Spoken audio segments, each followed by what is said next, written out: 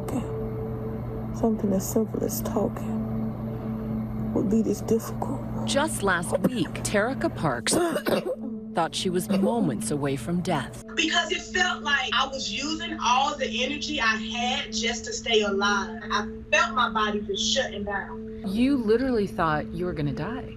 Yes, ma'am. I started looking through all the old pictures of me and my kids and my husband. I was crying. She swiped through her phone. One last glimpse, she thought, of her two children, Harmony and Ethan. What went through your heart as you're thinking that?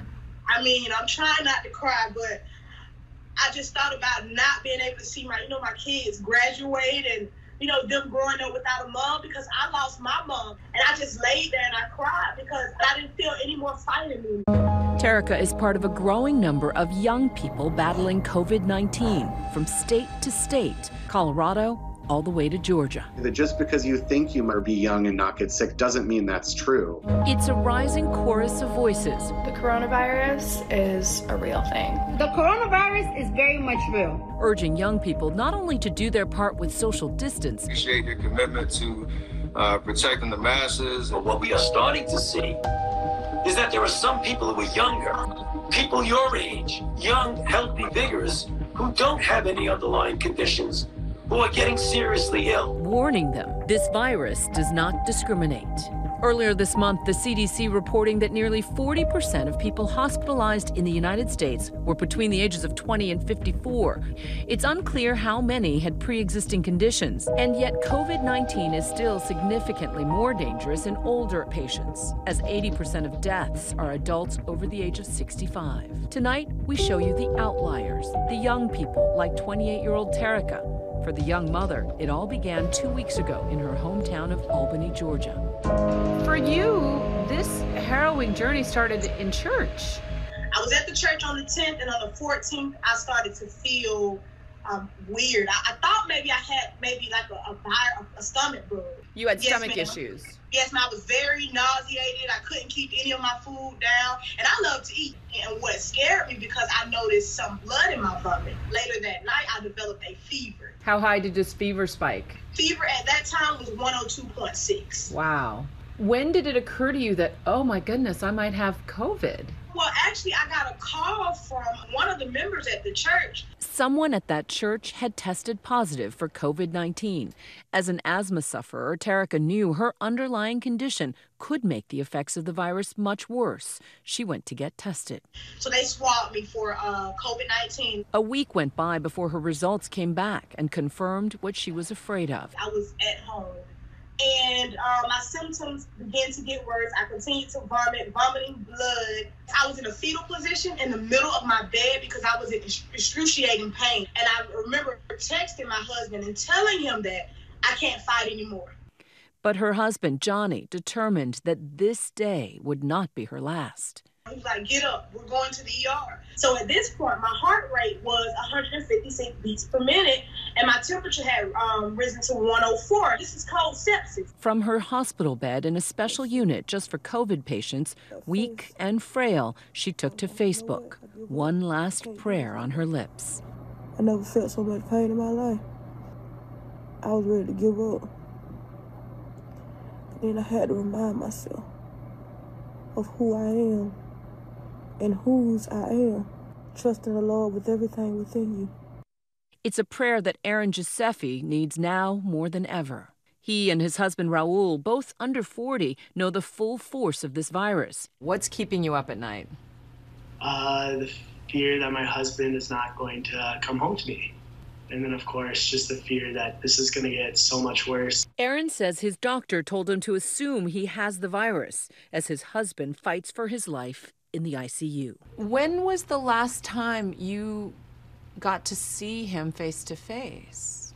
So we were in the emergency room, and he was in so much pain. They said, hey, we're going to admit Raul to the hospital, and there are no visitors allowed in the hospital right now. And I just said I was so sorry, and that he was going to get better and stay strong for us.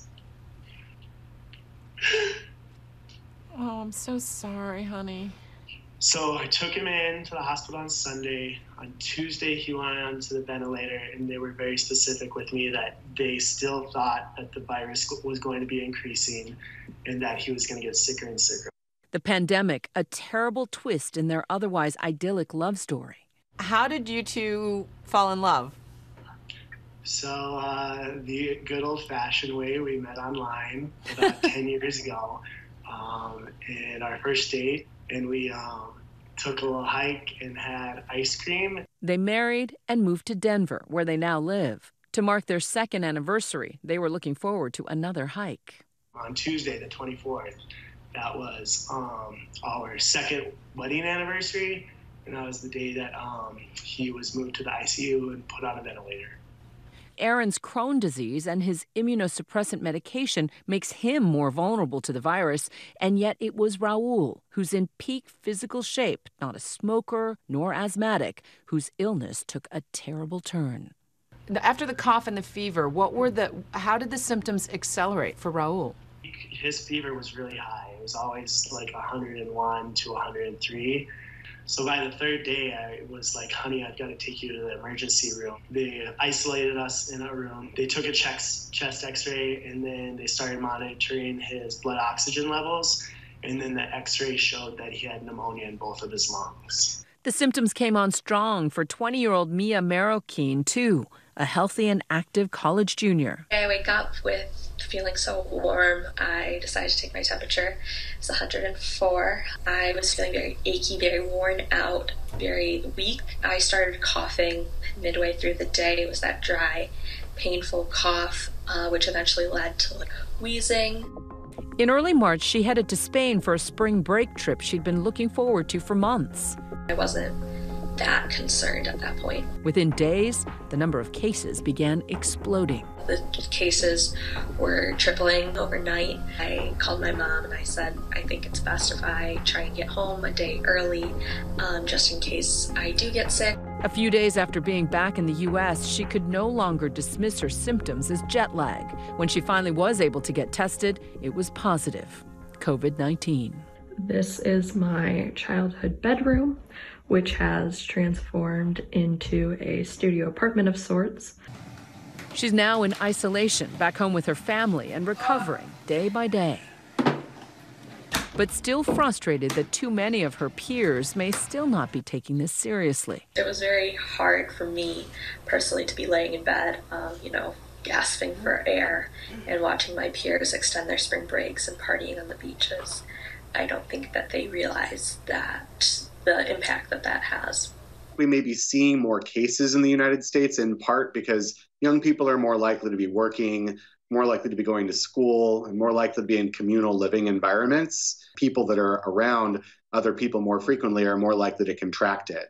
When we come back, Terica's brush with death. They explained to me they had a short time frame to get this medication in before my organs started to shut down. Yes, ma'am. So you literally were dying in your bedroom? Yes, and they told me that I got there just in time. And Aaron waits for any word on his husband's condition. I always want to hear about how Raul's doing, but you also don't because it could be bad news. Hi everyone, George Stephanopoulos here. Thanks for checking out the ABC News YouTube channel. If you'd like to get more videos, show highlights, and watch live event coverage, click on the right over here to subscribe to our channel, and don't forget to download the ABC News app for breaking news alerts. Thanks for watching.